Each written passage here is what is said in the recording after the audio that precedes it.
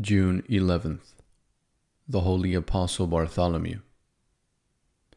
Bartholomew was one of the 12 great apostles.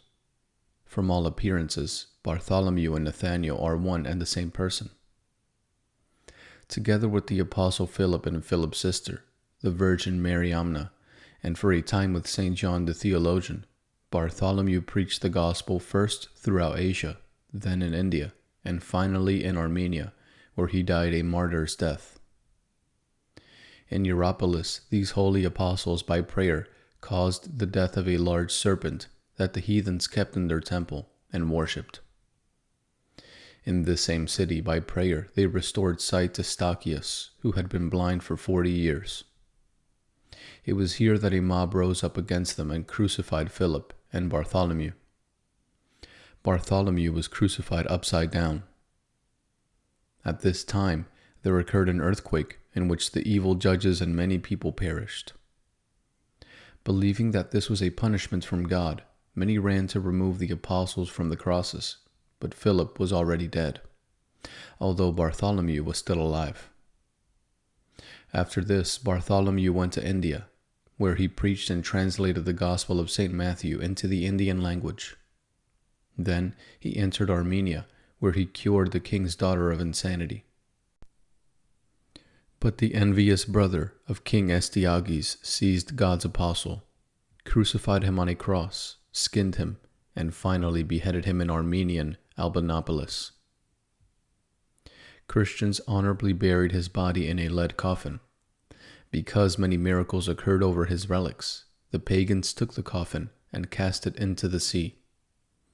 But the water carried the coffin to the island of Lipara, where Bishop Agathon, through a revelation in a dream, met it and buried it in the church. Saint Bartholomew, attired in white garment, appeared in church to the venerable Joseph the hymnographer and blessed him with the gospel, that he might be able to sing spiritual hymns, saying, "Let heavenly waters of wisdom flow from your tongue." He also appeared to Emperor Anastasius and told him that he would protect the newly established town of Dara. Later, the relics of this great apostle were translated to Benevento and then to Rome. Great and awesome miracles have occurred over these relics. Saint Barnabas the Apostle. Barnabas was one of the 70 apostles. He was born in Cyprus of wealthy parents from the tribe of Levi, and studied together with Saul under Gamaliel. At first he was called Joseph, but the apostles called him Barnabas, son of consolation, because he was exceptionally capable of comforting people's souls. After Saul's conversion, Barnabas was the first to introduce him to the apostles. Barnabas later preached the gospel with Paul and Mark in Antioch and in other places. In all probability, he was the first to preach in Rome and Milan. He suffered on the island of Cyprus at the hands of the Jews, and he was buried by Mark beyond the western gate of the town of Salamis. On his chest there was placed a copy of the Gospel of St. Matthew, which he had copied with his own hand. His grave remained unknown for several hundred years, but since many received healing from sickness at this place, it was called the place of healing.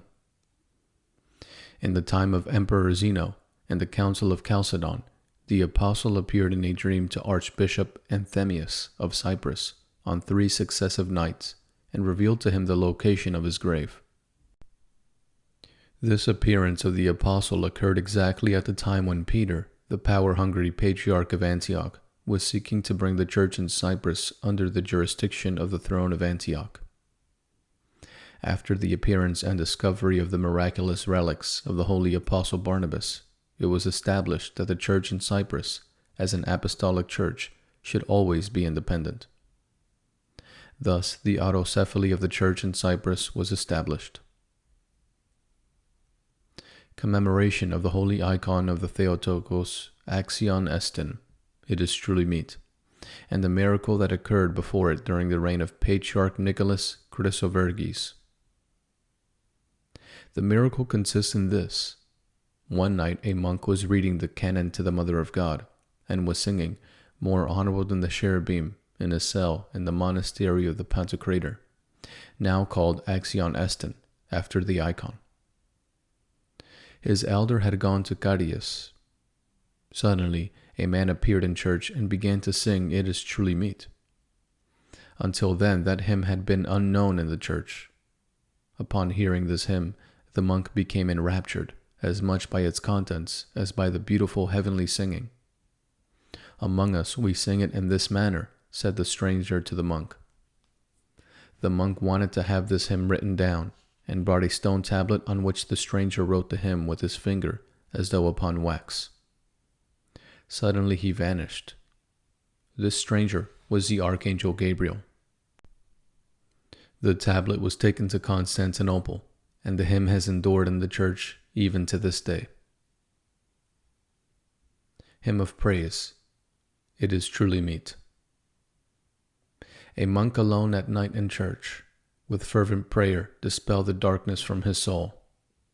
All at once another monk arrived, nothing unusual about him, and like an experienced chanter began to sing.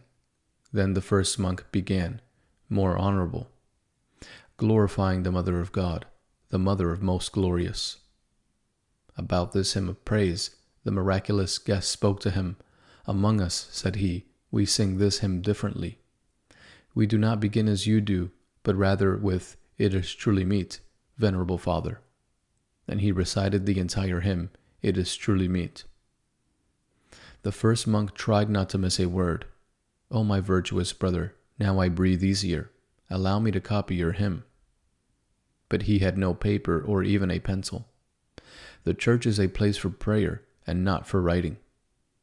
Then the midnight guest made the sign of the cross over the church, and on a stone he began to write with his finger. He wrote on the stone as on soft wax. At this man, the monk was amazed. "Who are you?" the monk asked the unusual guest. "My name is Gabriel.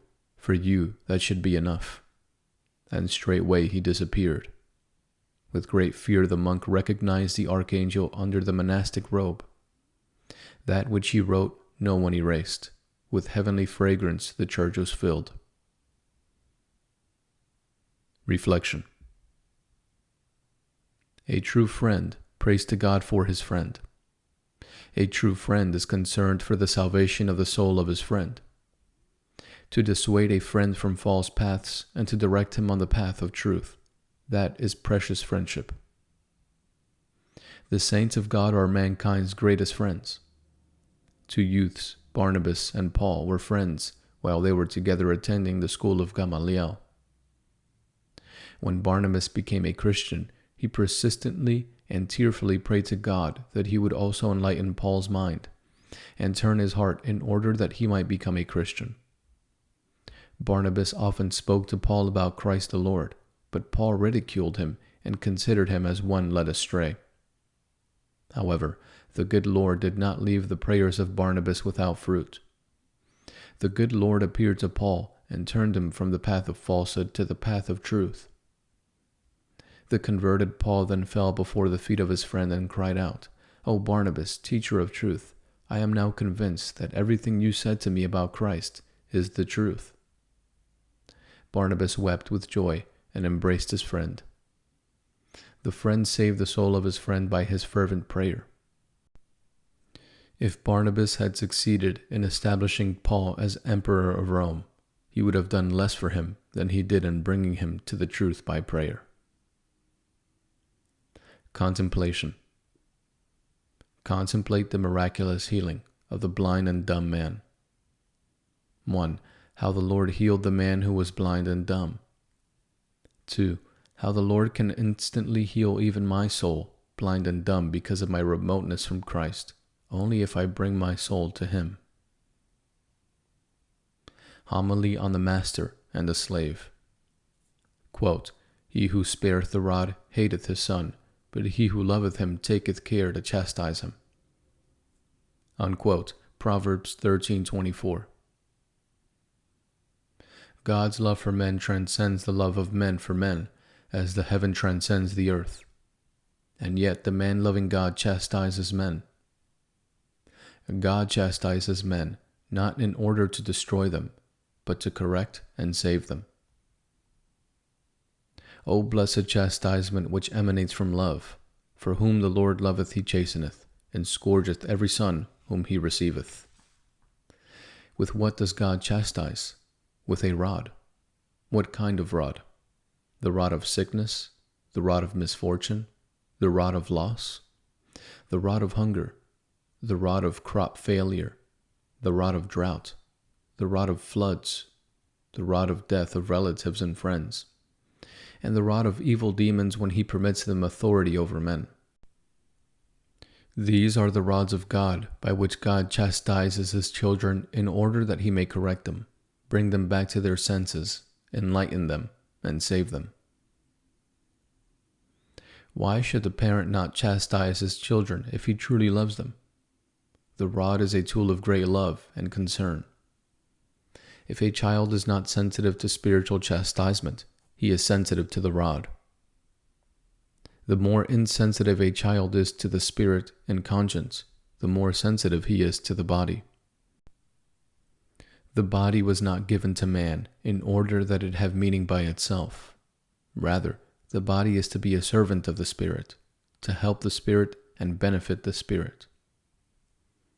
If corporal punishment awakens the spirit in man, and the spirit awakens the conscience, then the body has completely fulfilled its duty toward the spirit, its master. If the master is asleep, then the servants are struck in order to arouse the master. If the servants awaken their master in the hour of danger, they will not lament the blows that they have received, for they have saved their master. And the awakened and saved master will know how to repay his servants. Hence, in truth, he who spareth the rod hateth his son. Whosoever spares the servant betrays the master. O all-wise Lord, open the hearts of parents, that they may receive this holy instruction of thine. To thee be glory and praise forever. Amen.